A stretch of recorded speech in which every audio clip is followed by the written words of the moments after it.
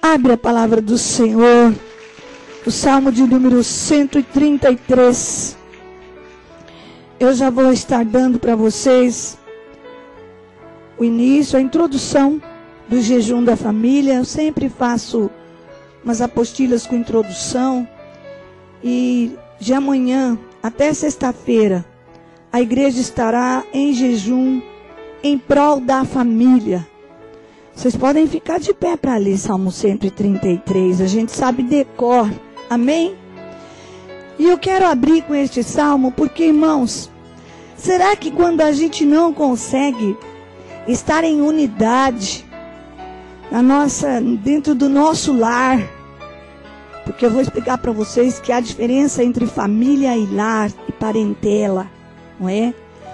Será que quando a gente temos aí, por exemplo, que eu sei muito bem, a presbítera Dalva e o Márcio. Eles são dois, amém? Será que se eles estiverem em desunião, em discordância, em briga, em rebeldia, em confusão, será que Deus recebe o louvor, recebe a oração, a adoração e até mesmo a oferta, até mesmo o dízimo, não é? E eu vou estender isso a toda a igreja, amém? Porque no último dia de jejum, o dia que eu vou estar encerrando o jejum, eu vou estar ministrando sobre a família, a comunidade do novo tempo, amém? Que é uma família. Família, um lugar que a gente está ali sendo cúmplice de todas as coisas, sendo parceiros, aleluia. E o Salmo 133, ele é indispensável para a nossa vida. Tem coisa, irmãos, que a gente não pode deixar para fazer amanhã. Tem coisa que tem que ser hoje, tem que ser agora. Amém? Tem coisa que amanhã vai ser tarde demais. Tem coisa que daqui a pouco pode ser tarde demais para mim. Pode ser tarde demais para você. E se tem uma coisa que a gente tem que ter pressa, é para estar em comunhão. Em comunhão de lar, em comunhão de família, em comunhão com a igreja de Jesus Cristo. Isso é algo urgente, é preciso pressa. Diz assim a palavra do Senhor. Oh, quão bom e quão suave é que os irmãos vivam em união. Se a gente ler isso daqui, imaginando o contrário, certamente estaria escrito assim, ó, quão pesado, não é? Quão ruim e quão pesado é viverem desunidos os irmãos. Então, a união faz com que o salmista declare que é algo bom, é algo suave. A desunião certamente é algo ruim e pesado. Versículo 2 diz, é como óleo precioso sobre a cabeça, que desce sobre a barba de Arão, e que desce a orla dos seus vestidos. Na união, há unção. Amém? Se desenvolve a unção, se desenvolve o azeite, se desenvolve o óleo, se desenvolve a cura. Aleluia! Que desce até a orla dos vestidos, em abundância. Na unidade, na união, na comunhão. A unção é abundante. Aleluia, Jesus. Como orvalho de Hermon que desce sobre os montes de Sião. Porque ali o Senhor ordena a bênção e a vida para sempre. Orvalho, antigamente, era aquela chuvinha bem fininha. Que não causava enchente, que não causava erosão nenhuma. Que só fazia bem. Só trazia benefício. Regava com todos os benefícios. E aí então o salmista encerra, porque ali, neste monte, aleluia, onde se está se proclamando a unidade, a bênção é ordenada juntamente com a vida para sempre. Pede para Deus usar minha vida, me abençoar nessa introdução do jejum. Já começa a pedir para Deus abençoar esta semana de jejum, essa semana de celebração pela família, de luta, de batalha espiritual pela família, de guerra pela família. de resposta para a família, de vitória para a família, e mediante toda e qualquer luta, em nome do Senhor Jesus. Pai, é no nome de Jesus Cristo que nós buscamos a Tua presença agora em prol da família. Pedimos, ó Deus querido, que o Senhor venha abençoar esta palavra que eu vou ministrar. Me coloco à sua disposição a favor da família, a favor do Teu povo. Peço que o Senhor use a minha vida e use a vida dos irmãos, dos sacerdotes, das sacerdotisas, dos filhos, dos maridos, das esposas, dos pais, ó Pai. Em nome de Jesus, que o Senhor esteja hoje falando com a sogra, com o sogro, com a tia, com o tio, com o sobrinho, com a sobrinha. Ó Deus querido, que nós possamos ser edificados, alertados, corrigidos, ó Pai, pela Tua palavra. E a honra, a glória e o louvor nós daremos a Ti. Nós queremos que este salmo, Senhor, esteja regando a família, aleluia, o lar, a casa, a igreja, em nome de Jesus Cristo, porque nós estamos em busca todos os dias da Tua bênção e da vida eterna, Senhor, que jamais, ó Deus, aleluia, venhamos a perdê-la, em nome de Jesus Cristo. Amém. Podem sentar-se em pé. Fica apenas quem está trabalhando. Amém? Quem está trabalhando, seja na intercessão, na diaconia, no apoio, na recepção, permaneça em pé. Os demais irmãos, por favor, sentem, que há inúmeras cadeiras à disposição para os irmãos se sentarem. Glória a Deus. Levante sua mão com a minha e diga assim: eu creio que a família é o maior bem que eu possa desfrutar na terra. Por isso, em nome de Jesus, eu quero nesta semana vencer todo tipo de barreira e estar na casa do Senhor, orando, jejuando e aprendendo sobre a família. Amém? Hoje eu vou falar da introdução. Amanhã, primeiro dia de jejum, eu vou estar falando sobre os traumas familiares. São coisas muito sérias, muito importantes, e que tem pessoas que levam para a geração seguinte, vai transmitindo e etc. tal. No segundo dia de jejum, na terça-feira, alguém, não sei quem, o pastor está escalando, mas vai estar sendo ministrado o plano de Deus para a prosperidade. Deus tem plano de prosperar a sua casa, o seu lar, sua família. Na quarta-feira, o bispo vai ministrar sobre a família e os seus inimigos. Na quinta-feira, me parece que o pastor Aguinaldo estará ministrando sobre a salvação para a família. A salvação para a família, diga amém.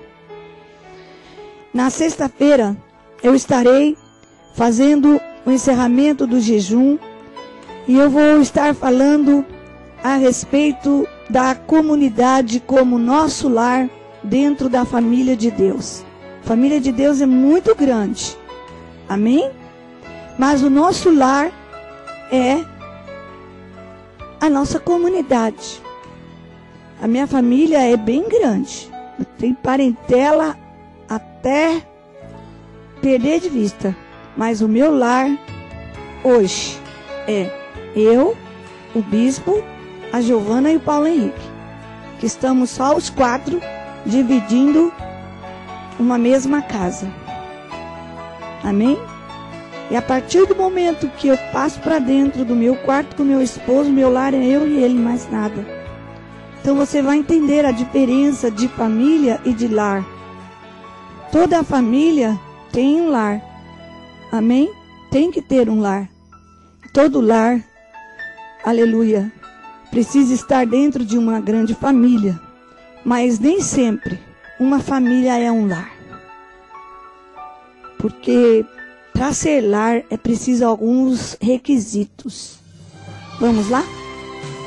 Família é um grupo de pessoas relacionadas entre si por laços parentescos, consequências de um matrimônio.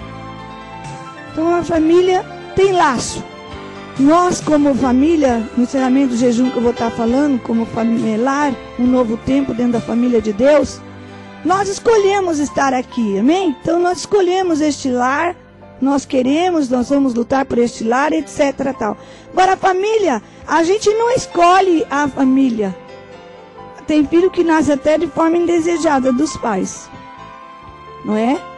Tem pessoas que, por exemplo, vivem com o esposo ou o esposo com a esposa, mas eles já não é aquilo que eles querem mais. Mas está ali, é a família. Ninguém, por exemplo, eu queria que aquela fosse minha sogra, mas queria que esse fosse meu marido. Não dá. Não é? A sogra, ela tem que ser a mãe do marido. Não é que escolher o marido, tem que vir a sogra junto. Tem que escolher. O marido, mesmo que não goste da sogra, mesmo que não queira aquela sogra, mas ama aquele homem, então, tem sempre a gente escolhe. A família, é consequência de, não é? Meu filho hoje, por exemplo, a minha norinha faz parte da minha família. Mas não fui eu que escolhi minha nora. Foi meu filho que escolheu a minha nora, não é? Então ela faz parte da família. E quando tem que unir a minha família com a família da minha nora, então juntou ali várias pessoas que nem sempre eles estão satisfeitos comigo, ou gostaria que eu fosse, não é? A sogrinha da Cíntia, e vice-versa. Então aí você já vai começando a mexer nos seus neurôniozinhos para entender a diferença de lar e família. Amém? Então, e lar? Lar é um grupo de pessoas que vivem juntas em uma mesma residência, praticam uma economia comum, havendo um ou mais membros que contribuem para o sustento de todos. Às vezes, um lar pode ser formado entre pessoas que não têm nenhum grau de parentesco.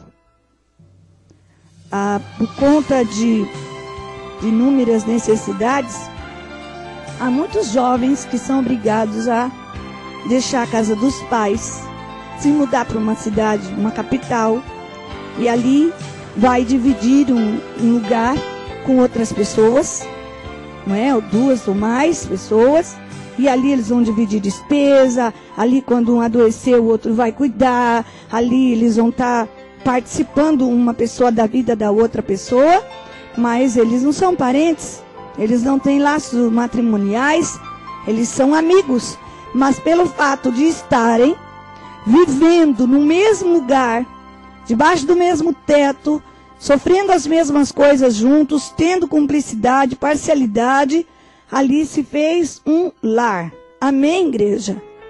E existem muitas pessoas que têm todo grau de parentesco, estão até dentro de uma mesma casa, mas não estão vivendo como um lar. Não é um lar. Não há responsabilidade, não há cordialidade, não há participação de todos, sabe? Não há cumplicidade, não há compromisso, sabe, irmãos, com o lugar, com a vida, com as contas, etc, tal, com os problemas emocionais, não há envolvimento nenhum. São pessoas debaixo do mesmo teto só, mais nada. O lar passou muito longe disso daí. Diga assim: eu quero para minha vida um lar de verdade e uma família unida, em nome de Jesus. Diga assim: todo lar pode ser considerado uma família, mas nem toda família pode ser considerada um lar. Então vamos ver o que é necessário para ter um lar indestrutível. O diabo quer destruir, ainda que seja dois, seja o esposo e a esposa, dentro de uma casa tão pequenininha, os problemas não são muitos, etc. Tá? O diabo quer separar, quer destruir. O diabo é o maior adversário do lar. Os demônios trabalham para dividir as famílias. Mas em nome de Jesus Cristo, maior é o que está em nós do que o que está contra o lar, do que o que está contra a família. Amém, igreja? Você pode dar glória a Deus? Aleluia! Pode aplaudir o Senhor. Quem quer viver num lar baseando-se na palavra de Deus, é preciso aceitar doutrina. Doutrina é regras.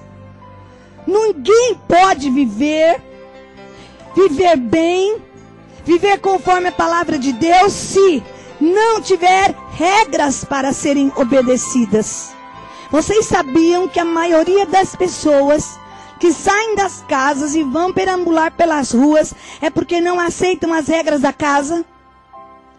Quando acha que já tomou um tamanhozinho, não aceita a regra. Tem gente que tem dificuldade de aceitar a regra. Tem um espírito de rebeldia que parece que está nas veias do sangue. Diga, eu repreendo isso da minha vida em nome de Jesus. É impossível viver num lar sem regra. É impossível viver numa comunidade sem regra. Trabalhar numa empresa que não tenha regra. Irmãos, a doutrina é necessária, a regra é necessária, porque o ser humano não é um animal irracional, que precisa colocar nele cabresto, freio, e usar um chicote, e ter ali um treco para amarrar, para soltar, para levar, para trazer.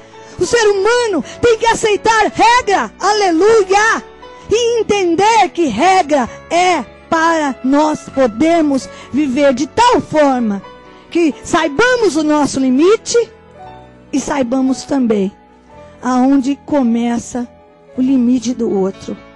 Que passamos a compreender os nossos direitos e os nossos deveres. É através das regras que a gente começa a conhecer.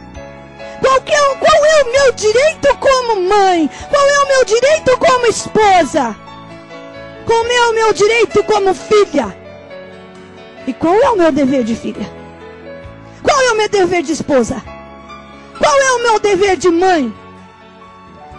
Se nós quisermos viver apenas com os nossos direitos, nós nunca vamos ser felizes, nunca vamos ser bênção para ninguém. Toda a nossa maneira de viver tem para nós os nossos direitos e os nossos deveres. É preciso ter disciplina. Por que existe regra? Regra é para ser honrada, obedecida, cumprida. Caso não ocorra, tem que ter disciplina. O próprio Deus nos disciplina, porque ama. Quem ama corrige, quem ama disciplina, quem ama fala, tá errado, não tá certo, por causa disso o preço vai ser tal. Amém? Tem que ter. Outra coisa que é preciso ter, cumplicidade. Irmão, você pensou um lar onde um não é cúmplice do outro? É preciso um ser cúmplice do outro. É preciso ter intimidade. Dentro do lar, a pessoa tem que ser íntima uma da outra. O jeito, por exemplo, que eu fico lá dentro do meu lar, não é o mesmo jeito que eu posso descer no playground do prédio, ou sair para ir na padaria. Mas dentro do lar, você fica lá. Às vezes você levanta de pijama, e nesse frio, se você não tem alguma coisa para fazer na rua, o que você tem para fazer pode ser dentro de casa, às vezes você passa o dia de pijama. Mas se chegar um estranho na sua casa, você não vai receber de pijama. Correto? Porque você não vai dar essa intimidade para a pessoa te ver de pijama. Não. Ou você vai pôr ali um roupão por cima de tudo, ou então você vai trocar de roupa. Não é assim? Mas com os que estão dentro do lar, tem ali intimidade de estar de pijama, passando para lá, para cá, tá tudo certo. Tá normal. Mas tem que ter liberdade. Mas a liberdade tem que vir com respeito. Aleluia. São coisas mais primordiais para se viver bem. É preciso ter liberdade? Claro que é preciso ter liberdade. Liberdade para falar, não gostei dessa comida. Não gostei da arrumação da casa. Não gostei do jeito que me tratou. Não gostei da forma que entrou em casa. Não gostei da forma que foi feito isso ou aquilo. Isso é liberdade para se expressar, para dizer o que pensa, o que sente. Mas tudo que nós temos liberdade para fazer, para dizer, nós precisamos usar o respeito. Amém? Dentro de um lar é preciso ter respeito, é preciso ter liberdade para dizer, não gostei disso, mas é preciso ter respeito para saber como dizer isso. E quando nós tratamos com respeito, nós não ferimos, nós não magoamos, nós não machucamos e também não matamos. Amém, queridos? Levante a sua mão e diga, eu preciso tratar com intimidade, liberdade, mas com respeito as pessoas que eu amo e que dividem o mesmo teto comigo. Eu sei que Deus já falou, até aqui Deus já falou. Eu tenho absoluta certeza. Tem gente que já disse, puxa vida, eu podia ter falado aquilo de um outro jeito. Eu desrespeitei. Eu desrespeitei. Essa semana eu tive que ministrar num casal que o marido chamou a mulher de vagabunda. Entendeu? Disse pra ela, pra fazer isso. Pra mim, você não fez. Pra mim, você é uma vagabunda. Porque pra ir no retiro, no encontro de mulheres, você teve disposição pra ir comprar uma jaqueta.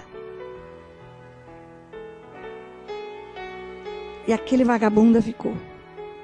Foi até me procurar para poder ir falar, você tinha razão da mulher não ter feito as tarefas que tinha que ter feito, ter reclamado porque tinha um problema, tal.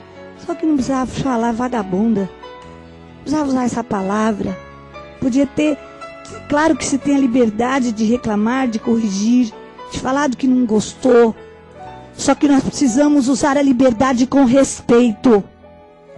Os pais precisam usar a liberdade para com os filhos com respeito, respeitando os filhos. Os filhos da mesma maneira. Faça uso da liberdade que se tem para com o pai, com a mãe, mas faça uso com respeito. Mulher com o marido, marido com a esposa, da mesma maneira, os pais com os filhos. Nós precisamos ter liberdade de chegar, de dizer o que sente, o que pensa, mas nós não podemos desrespeitar. Amém? Vocês estão compreendendo? É preciso ter compreensão. Irmãos, é tão terrível quando a pessoa busca ser compreendido por estranhos. Porque dentro de casa ninguém compreende a pessoa. Meu Deus, eu acho isso inadmissível. Inadmissível. Uma pessoa nascer num lugar, viver ali e buscar ajuda, porque ninguém me compreende dentro do meu lar. Dentro da minha casa ninguém me compreende. Para ser lar é preciso ter compreensão. Não é porque um pai tem 40 anos de idade que ele não vai compreender o filho de 18. Um dia ele também teve 18 anos. É preciso compreender. Não querer fazer de uma criança um adulto, de um adolescente um idoso. Não, a criança é criança, tem que ser tratada como criança. O adolescente tem que ser respeitado e ser compreendido na sua adolescência. Na ação dos seus hormônios, tudo que acontece. Irmãos, olha... mas é muito complicado, a pastora está falando isso porque ela estudou bastante sobre isso, porque irmãos, eu vou dizer uma coisa para vocês. Hoje nós podemos ter acesso a tudo que nós quisermos aprender. Tudo. Tudo. Nas livrarias evangélicas tem livros para se tratar com criança, para se tratar com adolescente, com adulto. E eu disse para vocês, eu comecei a estudar como é que trata filho casado. Porque é novidade para mim. Uai, é novidade para mim. E nunca ninguém me ensinou direito como é que faz isso. E eu preciso aprender. Amém? Então nós temos acesso às informações. Hoje, mais fácil do que nunca. Então precisa se aprender. Ninguém nasce sabendo as coisas, mas é preciso ter disposição para aprender. O meu marido é um homem que não tem preguiça de aprender. Mesmo quando nós estávamos para nos casar, ele comprou um livro, irmãos, presta atenção, para ler, para entender os pontos sensíveis de uma mulher, qual que seria a melhor maneira de tratar uma mulher, a esposa, como compreender a esposa, o que fazer para deixá-la feliz, o que é que magoava. E era um livro enorme, sabe? E depois que ele começou a ler aquele livro, ele falou assim, puxa, eu estou estudando isso aqui, vou tratar bem, mas preciso achar um livro para ela ler também. Senão eu vou ficar no prejuízo. É mole, queridos. E ele foi perguntar para mim se eu não estava estudando nada. Eu falei, mas estudar o quê? Para quê? Não, pra você saber me tratar. Você trata eu. Falei, gente, onde eu vou achar isso? Aí fui na paróquia São Pedro, lá de Garça, conversei com o padre. Aí o padre me deu uma apostilinha. Mas na apostilinha já tinha tudo sobre a esposa e sobre o esposo também. Aí eu li aquela apostilinha. Mas nem se comparava com o livro, que ele estava lendo. Por quê, queridos? Porque era novidade para a vida dele. Então muitas coisas, muitos traumas da família. É por ignorância, por falta de conhecer, como tratar, compreender. Outra coisa muito necessária é a parcialidade. O perdão e o amor.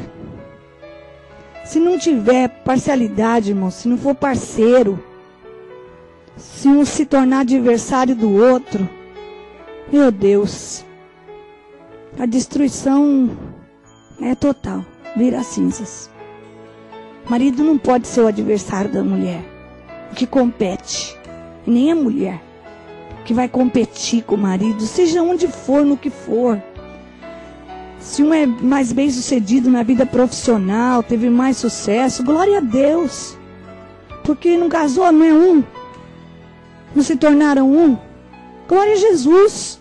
Não precisa ficar com raiva porque o outro ganha mais, ou pegar no pé, ou se sentir inferior, ou superior. Não existe. Junta a renda e junta as contas. E vamos pagar as dívidas. Aleluia. E vamos fazer conta conforme o tanto da renda dos dois. É a nossa renda e a nossa despesa. Um pode ser o adversário do outro que está querendo destruir o outro, matar o outro, ferir, magoar, entristecer. Está repreendido isso em nome do Senhor Jesus. O adversário da família já basta o diabo. Do lar já basta Satanás e todos os seus demônios, já chega. O marido não precisa querer ser adversário da esposa, não, porque a esposa já tem muito adversário para ela lutar todos os dias. E de igual modo, a esposa não precisa querer ser adversária do marido, não, porque ele já tem que lutar muito todos os dias contra muitos adversários para ele vencer o dia. O marido precisa de uma parceira e a esposa precisa de um parceiro. Amém? Vocês podem aplaudir o Senhor? Aleluia!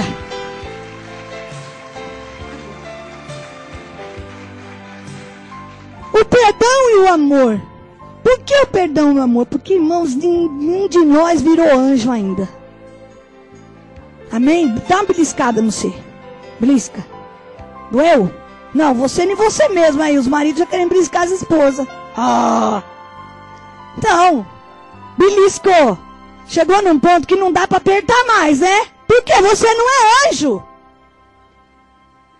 E quem não é anjo, erra, peca, faz errado, não é verdade? E qual a solução para quando a gente erra, peca, faz errado? Magoa? Pedir perdão.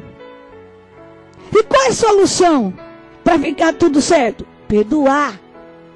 Irmãos, sem arrependimento, sem solicitação de perdão e sem liberação de perdão, não existe nenhum relacionamento duradouro. Eu já falei isso aqui. Nem ministerial. Acha que eu nunca precisei pedir perdão para os pastores aqui? Claro que já precisei. E acha que eles já não pediram para mim também? Já? Se a gente não se perdoar, não se arrepender, não vai ter relacionamento duradouro, nem ministerial, nem de amizade, nem de marido e mulher, nem de nada, não tem. Porque o que faz um relacionamento ser duradouro é a disposição para pedir perdão, reconhecer que errou, e a disposição de liberar perdão. Aleluia! Porque é só isso que consegue manter ligado um relacionamento, seja ele qual for. De amizade, de namorado, de noivo, de esposo, de pais e filhos e etc. Tal. Ai, pastor, mas relacionamento de pais e filhos se quebram, se rompem? Se rompe sim. Se rompe sim. Eu tinha um irmão que ficou 8 anos sem falar com meu pai.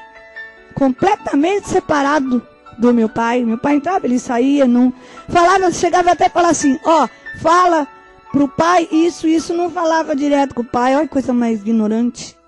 Porque quebrou-se ali um relacionamento, entendeu? Não teve perdão por causa de uma amante do meu pai. Esse meu irmão não aceitava perdoar o meu pai. Não é? Só perdoou quando meu pai ficou muito doente e tal, e sensibilizou. Ali eu até que consegui acertar para eles se acertarem e haver perdão. Levante sua mão para o céu.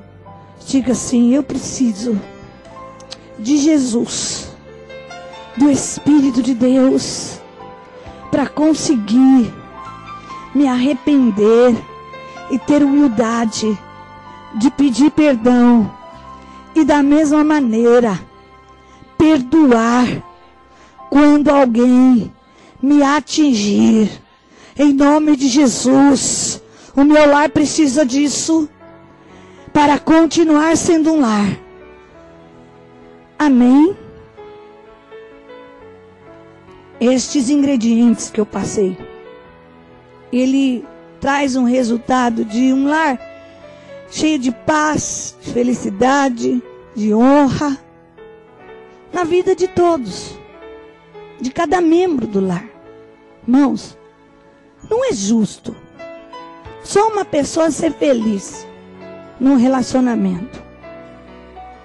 Se é de dois, tem que ser os dois felizes. Se é marido, esposa, 4 filhos, os 6 têm que ser felizes como família, como lar. Não é certo um ser infeliz porque é membro daquele lar, daquela casa. Eu louvo a Deus que em casa sempre todos tiveram entendimento disso. Sabe, se um está sofrendo, o resto não pode estar fazendo festinha. Não cabe na minha cabeça isso. Se um está chorando dentro do quarto, o outro vai para o outro quarto, coloca o som nas alturas e vai dançar. Eu não consigo enxergar isso como um lar, igreja. Já contei para vocês uma coisa. Quando a Giovana passou aquela decepção muito grande de um namoro de 7 anos, e ela chorava muito, a gente ia dormir todo mundo no quarto da Giovana. Todo mundo ficava ali. Era o Júnior, era ela. Quando a Cíntia resolveu ser missionária e foi lá para Belo Horizonte, que o Júnior ficou muito abatido, foi do mesmo jeito. Ia todo mundo. A Giovana, meu irmão, sabe? E o pai, a mãe, tudo junto. Quando eu fiquei naquela situação paralítica, ficavam tudo ali em volta de mim. Eu falava assim: vão cada um cuidar das suas coisas. Mamãe está bem. Olha, amados, eles não tinham coragem nem de comer fora, porque eu não podia sair da cama para comer fora. Foi o tempo que mais, quando queria comer coisa de fora, pedia o disque lá para dentro de casa. Eles não tinham clima, entende? A mamãe tá lá daquele jeito, como é que a gente vai? Não tinha clima, fazia as coisas de Deus, a obra de Deus e vupt para casa. Sabe? Isso é lar. Isso é lar. Como que alguém ama uma pessoa e vê aquela pessoa ali sofrendo, chorando e vai para uma festinha? Não dá para entender. Enquanto não conseguir consolar aquela pessoa, levantar aquela pessoa, não dá para festejar. Entende? Isso é lar. Levante sua mão e diga: eu quero isso para mim. Em nome de Jesus. Eu quero estar feliz plenamente. Quando todos os membros do meu lar estiverem felizes plenamente. Amém? Dá um aplauso ao Senhor.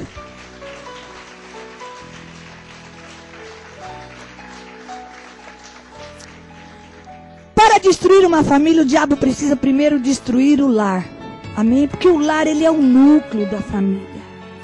É o núcleo, é o miolo. Vai, é ali. Depois vai família e parentela. Para destruir uma família, o diabo luta para destruir os lares que compõem uma família. Para destruir os lares, ele luta para destruir os membros que compõem os lares. Arma predileta do diabo número 1: desunião.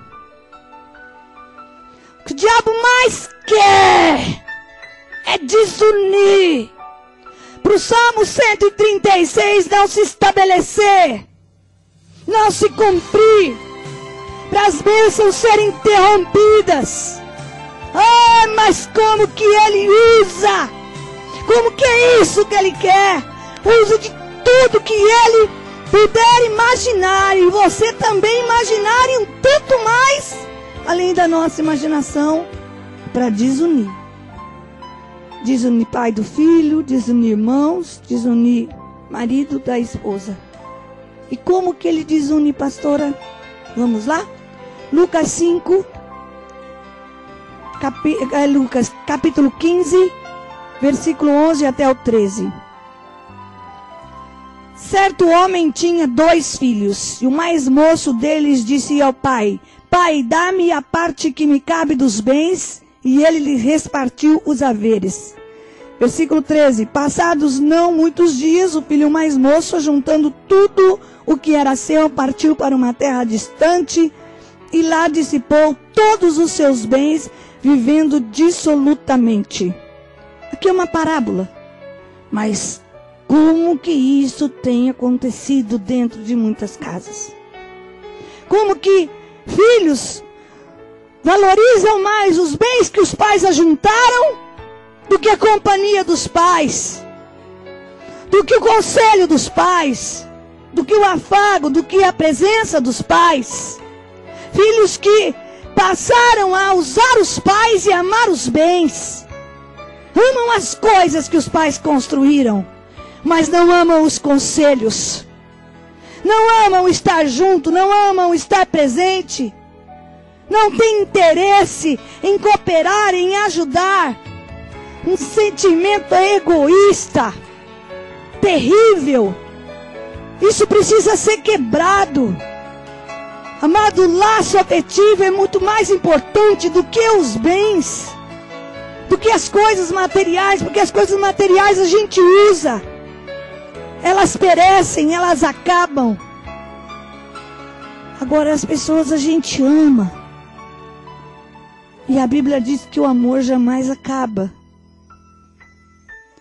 E o homem multibilionário, trilionário, que não é amado e não sabe amar, não é feliz. Não adianta. O homem precisa de amor. O homem precisa de amar. Por isso as pessoas precisam, em nome de Jesus Cristo, deixar de ser egoísta, de ser rebelde, semear mais amor, semear compreensão, semear carinho. Aleluia. A gente só quer receber, mas não quer dar. Dê bastante, depois você vai colher em nome do Senhor Jesus. A outra arma dele, a traição e o ódio. Isso desune. Gênesis 27, 18 e 19 diz: Jacó foi a seu pai e disse: Meu pai.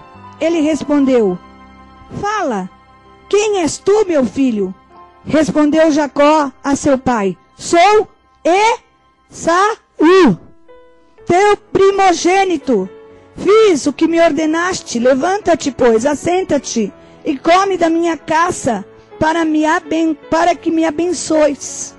Traição e mentira que provocou ódio. Gênesis 27, 41 diz: passou Esaú a odiar a Jacó por causa da bênção com que seu pai o tinha abençoado, e disse consigo: vem próximos os dias de luto por meu pai, então matarei a Jacó, meu irmão. Resultado da traição, do ódio, lar dissolvido. Versículo 43. Agora, pois, meu filho, ouve o que te digo. Retira-te para a casa de Labão, meu irmão, em Harã. Fica com eles alguns dias, até que passe o furor de teu irmão. Porque hei de eu perder os meus 2 filhos num só dia? Por causa da traição veio ódio, por causa do ódio que aconteceu com aquele lar de 4 pessoas. Se dissolveu. Um filho fugiu, o outro filho foi procurar para matar. Não é assim a história, vocês conhecem muito bem. E ficou ali só a mulher e o homem no meio daquela tragédia. Luta para não trair. Quando o diabo estiver te tentando para cometer uma traição, vença o diabo. Igreja, a gente vê pessoas pedindo oração de todo tipo. Mas olha, em 28 anos de evangelho, ainda nunca vi uma pessoa chegar para mim, ajoelhar e dizer assim para mim: ore por mim, porque eu estou sendo tentado a cometer um adultério. Nunca. Exceto um ungido de Deus, temente a Deus. Em 28 anos, na minha presença, eu só vi um ungido de Deus prostrar e falar: ora por mim, porque eu estou sofrendo uma tentação, estou prestes a cometer um adultério. Agora, quantos adultérios acontecem no meio das famílias, até que estão dentro da igreja? Quantas traições? Por que as pessoas têm tanta dificuldade de vir dizer: eu estou sofrendo isso? Depois, tá vendo? Aconteceu. O mesmo diabo que fala que vai dar certinho para fazer escondido, ninguém vai saber, é o que atormenta depois para a pessoa e contar para alguém. E aquilo se espalha. E aí, que coisa difícil de consertar. Para Deus nada é impossível, aleluia! Mas como que é difícil para o homem aceitar ali, se submeter a Deus, liberar perdão para a traição. A primeira coisa que vai assentando é o ódio. Levante a sua mão e diga: Senhor, tu estás falando comigo. Eu quero ter liberdade para pedir oração para todos os meus tipos de problemas, mas eu quero ir até a pessoa certa, séria, com compromisso com a tua palavra. Amém? Aplaude o Senhor.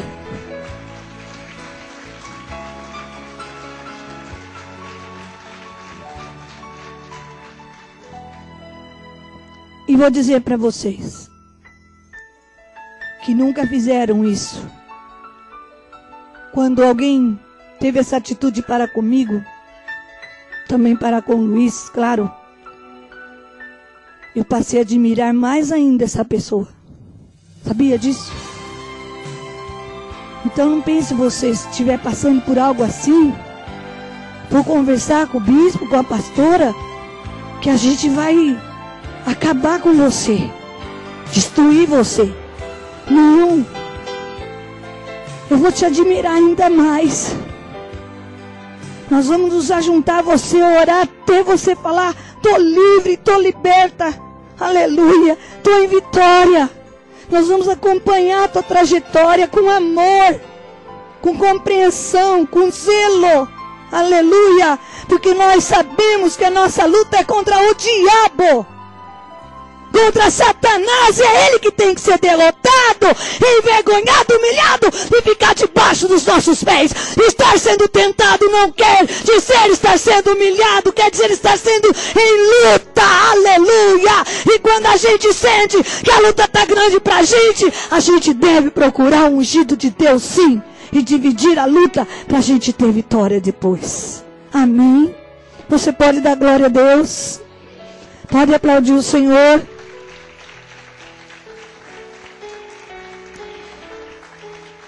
Olha, irmãos, o adultério, né? Falei. Vocês sabem da história de Davi. Segundo Samuel 11, 2-5, uma tarde levantou-se Davi do seu leito e andava passeando no terraço da casa real. Daí viu uma mulher que estava tomando banho, era muito formosa. Davi mandou perguntar quem era. Disseram-lhe: é Betseba, filha de Eliã e mulher de Urias, o Heteu. Sabemos que esse adultério, para ficar encoberto, aí acabou acontecendo o quê? Homicídio. Mas nada fica encoberto quando Deus ama a pessoa. Deus se encarregou de Davi confessar, pois morre o filho de Davi. Nós sabemos toda a consequência que acontece. Quanta destruição. Lute, em nome de Jesus, contra os pecados que vêm para destruir o lar. Deformações que destroem muitos lares. Vamos ficar de pé? A preguiça. Tem lar destruído por causa de preguiça. Oh, meu Deus, preguiça mesmo. Eclesiastes 10:18 diz: pela muita preguiça desaba o teto, e pela frouxidão das mãos goteja a casa. Irmãos, dentro de um lar tem tarefa, e as tarefas precisam ser divididas. Amém? E o preguiçoso vai trazer transtorno. Faz a sua parte em nome de Jesus. Não queira se regalar enquanto só um trabalha. Não, vai trabalhar também. Entenda que você também tem algo para fazer. A casa é sua também. Amém? A casa é sua também. A louça é sua também. A telha que saiu do telhado é responsabilidade de todos também. Amém? A poeira é responsabilidade de todos. O ganha-pão é responsabilidade de todos. Ou então, se divide as tarefas de comum acordo. Mas, amados, não é certo um ser super e o outro ser mini. E eu digo que super esposa tem mini marido. Super mães tem mini filhos. Não, tem que ser mãe só. Não precisa ser super esposa, seja só esposa. Não precisa ser super esposa e ter uma mini esposa, não. Seja só esposo, tá bom. Aleluia. Cada um fazendo a sua parte e todos fazendo a de em comum a todos. Vai ser uma bênção. As contendas. Provérbios 19:13. Filho insensato é a desgraça do pai, e um gotejar contínuo as contenções e as contenções da esposa. Melhor é morar numa casa deserta, Provérbios 21:19, do que com uma mulher rixosa e iracunda. Meu Jesus, tudo tá ruim, tudo tá mal, tudo é para reclamar, tá lá. Quem aguenta? Faz a sua parte, elogia um pouco, reclama menos, ora mais. Aquele ditado que eu sempre digo: se você orasse mais, teria menos do que reclamar. Ou então Deus não está recebendo a sua oração, algum problema está tendo. Provérbios 15:27 fala sobre a avareza, para a gente encerrar. O que é avarento por lucro desonesto transtorna a sua casa, mas o que odeia o suborno, esse viverá. Feche os seus olhos neste momento. Agora nós vamos orar pela família mesmo. Oricamai sotireba. Uriemanai ereia suriemanai. Quem está com a esposa, com o esposo, vai, fica juntinho, pode ficar, abraçar, por favor. Quem está com os filhos, por gentileza. Pega as crianças lá do infantil, pode trazer para junto dos pais. Depois dessa oração nós vamos ter um teatro. Agora é uma hora de batalha espiritual. E batalha mesmo, viu, igreja? E batalha mesmo. Quando eu preparo um jejum assim, eu sofro, sabia disso? O diabo me confronta de um jeito que vocês não têm noção. E algumas coisas me entristecem, porque parece que as pessoas não dão o valor devido que é preciso. Que é preciso. Não é brincadeira o que eu estou falando, não, amados. Quem está com a família vai ficar juntinho mesmo, gruda a família, faz um círculo assim. E quem está sem a família aqui presente, vem aqui para frente, por gentileza. Assim, ó, eu não tenho ninguém da minha casa. Nem um filho, nem um marido, nem uma mãe, somente estes. Quem tem filho pode buscar no infantil os filhos. Quem está sozinho vem aqui para frente, por favor. Irmãos, olha, eu vou dizer uma coisa para vocês. Ou eu derrubo esse demônio ou eu derrubo. Porque ele não vai derrubar, não. Não me derruba. Amém? Porque o que está em mim é muito maior do que o que está contra mim. Vocês que estão aqui na frente, pode ficar mais pertinho uns dos outros. Vieram sem os familiares. Quem está com a família vai se fechar. Se fecha. Como uma tartaruga que enfia os pés e a cabeça dentro do casco. Você pode dar naquele casco até não querer mais. Não vai conseguir nada. Porque a tartaruga sabe que ali dentro daquele casco ela está segura, está protegida. Guarda a sua casa, guarda a sua família, porque ela é o maior tesouro que você possui nesta terra para se desfrutar.